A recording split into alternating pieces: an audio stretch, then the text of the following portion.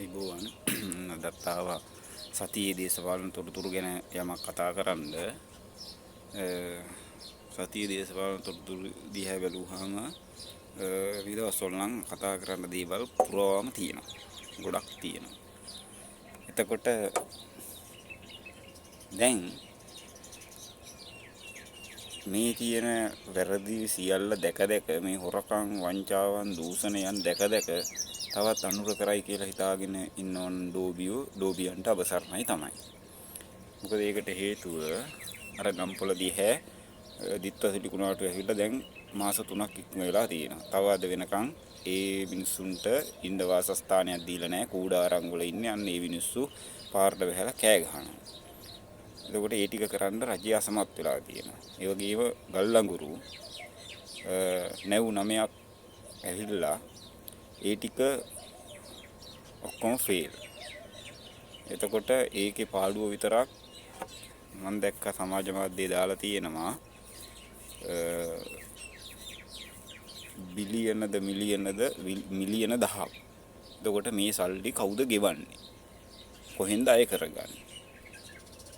ඕව තමයි ගැටලු. එතකොට ඕව තමයි අපේ රටේ දැන් බැලුවාම මහ බැංකුව බැඳුම් කරේට හෙල්පින් හම්බන්තොටට වඩා විශාල මේ වංචාවක් දූෂණයක් තමයි මේ වෙලා තියෙන්නේ මේ ආණ්ඩුව යටතේ. එතකොට ඕක එකක්.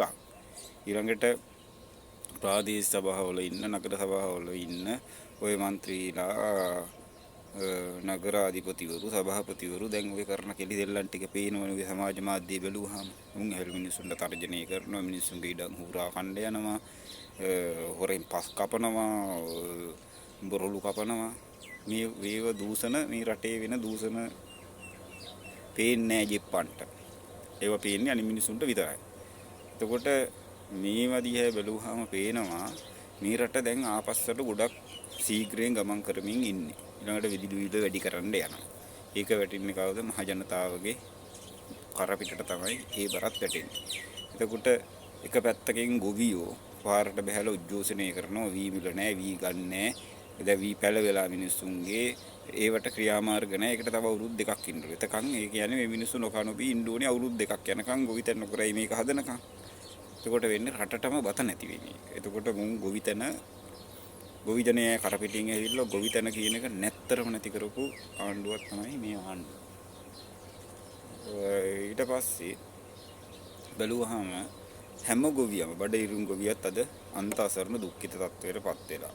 පහුගිය කාලෙම ලූණු ගොවියා නැත්තරම නැති කරා. දැන් වී ගොවියා නැත්තරම නැති වෙමින් පවතිනවා. ඔය මිනිස්සුත් පාරට බය දැන් අද ගොවියෝ බඩින හැටි පේනවනේ.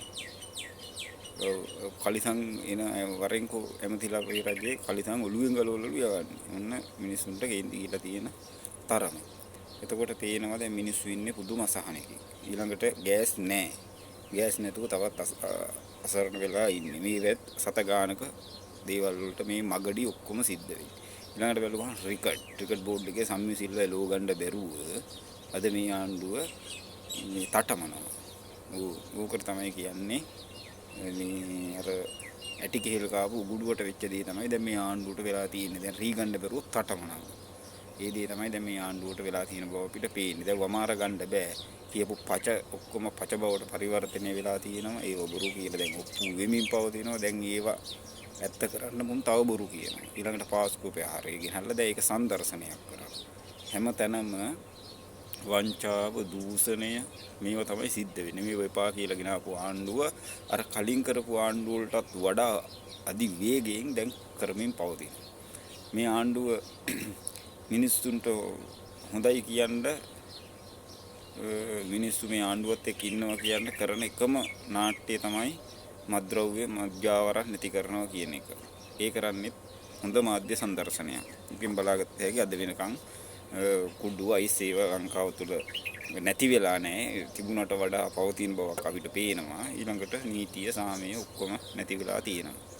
එතකොට මේ දේවල් එක්ක මම හිතන්නේ සබුද්ධික ජනතාව රටේ ජෙප්පොත් ජෙපි මානසිකත්වයෙන් අයින් වෙලා මේ දේවල් ගැන හොඳට කල්පනා කරලා රට වෙනුවෙන් දෙයක් හිතන්න ඕනේ. රට වෙනුවෙන් දෙයක් කරන්න කියලා සියලු දෙනාගෙන් ඉල්ලනවා. සියලු දෙනාටම ආයිබෝවන්. ජය වේවා.